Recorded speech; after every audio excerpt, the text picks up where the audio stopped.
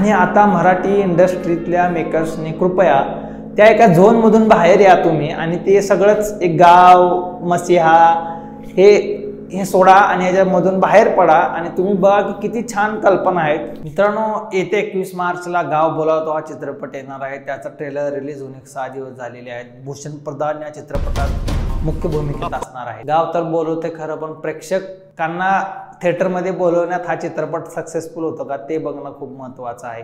तरी ग्रामीण जीवनावर आधारित चित्रपट आहे। एका मुलाच्या आणि वडिलांच्या नात्यामधला हा चित्रपट दर्शवतो।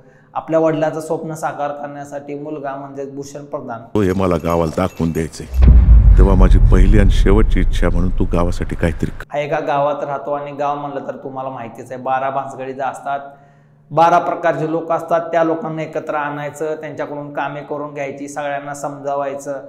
तो IT इंजिनियर असतो आणि ट्रेलरमधून असं दिसतंय की तो काहीतरी चेंज करण्यासाठी गावात थांबतो। श्रीकांत यादव सर त्याच्या ऑपोजिट भूमिकेत असणार आहेत त्याला अडवण्यासाठी आणि त्यांची पण एक निगेटिव्ह भूमिका आहे। ते गावामध्ये काहीतरी इंडस्ट्री आणणार असते, त्यामागं काहीतरी पॉलिटिक्स असणार आहे निश्चित, आणि हे सगळं तोडण्यासाठी भूषण प्रयत्न करतो आणि भूषण सगळ्या गावाला एकत्रित करण्यामध्ये त्याला यश मिळतं का नाही हे बघण्यासाठी तर चित्रपट पाहावाच लागेल। या चित्रपटाची गाणी सध्या यूट्यूबवर चांगली जोरात व्हायरल झालेली आहे। सुंदर चित्रपट आहे, एक ग्रामीण जीवनावरचा चित्रपट आहे। त्यामध्ये बऱ्याचशा फ्रेममध्ये असं दिसतंय की ग्रामीण जीवनशैली दाखवण्यात आलेली आहे। पहिल्यांदा लोक त्याला सपोर्ट करत नाहीत, नंतर जसं जसं तो लोकांना शहाणा करतो आणि मग लोक त्याच्या बाजूने येतात आणि त्याला हिरो करतात आणि हा असा हिरो मास लीडर गावात येतो आणि आपलं लाईफ सॅक्रिफाईस करतो गावकऱ्यांसाठी आणि आपल्या प्रेयसीला पण नाराज करतो। तर मित्रांनो, किती क्लिशे स्टोरी आहे ना। एवढे क्लिशे असले एक 1760 चित्रपट आतापर्यंत इंडस्ट्रीमध्ये बनलेले आहेत। भारत हा कृषी प्रधान देश आहे, त्याचप्रमाणे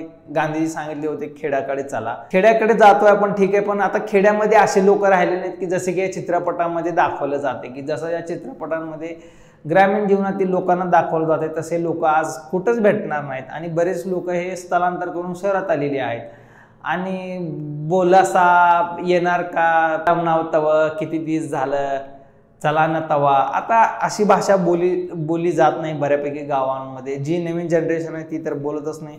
पण या चित्रपटाचे डायरेक्टर आहेत विनोद माणिकराव यांनी तर यांना वाटतं की अजून आपला भारत देश डेव्हलप झालाच नाही। डायरेक्टर साहेब, तुम्ही बाहेर जाऊन बघा किती प्रगती झालेली आहे आपल्या लोकांची आणि तुम्ही गावागावामध्ये स्मार्ट डिजिटल विलेज झालेले आहेत। मला या चित्रपटाची कथेमध्ये काहीच रस वाटत नाही, एकदम अशी पोकळी गाभा नसलेली या चित्रपटाची कथा आहे। आणि जर तुम्ही असे चित्रपट बनवणार असेल, तुम्हाला गाव बोलवते पण तुम्ही कधी गावात जाऊन राहिलं नाही, ग्रामीण लोकांसोबत तुमचं जीवन त्यांचं काय जवळून पाहिलं नाही आणि तुमची नाळ गावासोबत जोडलेली नाही, तुमच्या डिरेक्शन, ॲक्टिंग आणि डायलॉग म्हणून दिसून येते बाबांनो की आता हे चित्रपट बनवणं सोडा तुम्ही। आता मास ग्लोरिफिकेशन करायचं, एका सिटीमधल्या हुशार मुलाला जॉब सोडून तो गावामध्ये सेटल होतो, वडील मेलेले असतात, वडिलांना दिलेलं वचन पूर्ण करण्यासाठी तो गावामध्ये राहतो।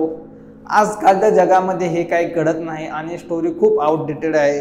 गाणी याची ॲव्हरेज आहेत, प्लस पॉईंट आहे की थोडं बहुत आता हे लोक सेल काय करते सांगतो तुम्हाला। या चित्रपटांमध्ये आपलं एक रुरल नॅशनलिझम सेल करण्याचा प्रयत्न चालू आहे। एक तरी गावातल्या लोकांना, हे लोक आय थिंक गावातल्या लोकांना एवढं समजतात आणि काहीतरी एक ग्रामीण जीवनाचा चित्रपट म्हणायचा आणि लोकांना थिएटरकडे येण्यासाठी भाग पडायचं। पण प्रेक्षक खूप हुशार आहेत, त्यांना ग्रँटेड धरण्यात आलेलं आहे दिसून येतं।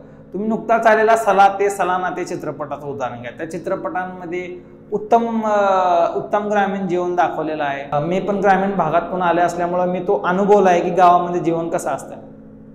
पण आता पिक्चरमध्ये गरजेचंच नाही की नेहमीच गावातले लोक असं लहान मुलगा रस्त्यावर बसून शौचालय करतोय असं दाखवायचा, म्हणजे गाव बॅकवर्ड आहे दाखवायचं, परत एक हिरो येणार आणि त्याला पूर्ण एकत्र करणार म्हणजे, आणि तो पुढे जाऊन भूषण प्रधान साहेब सरपंच पदासाठी उभारतात। आता इंजिनियर असलेला मुलगा सरपंचपदी बनतो, गावांचा लोकांचा सपोर्ट कसा मिळवतो हे तर चित्रपटांमध्ये थिएटरमध्ये गेल्यावर समजेल।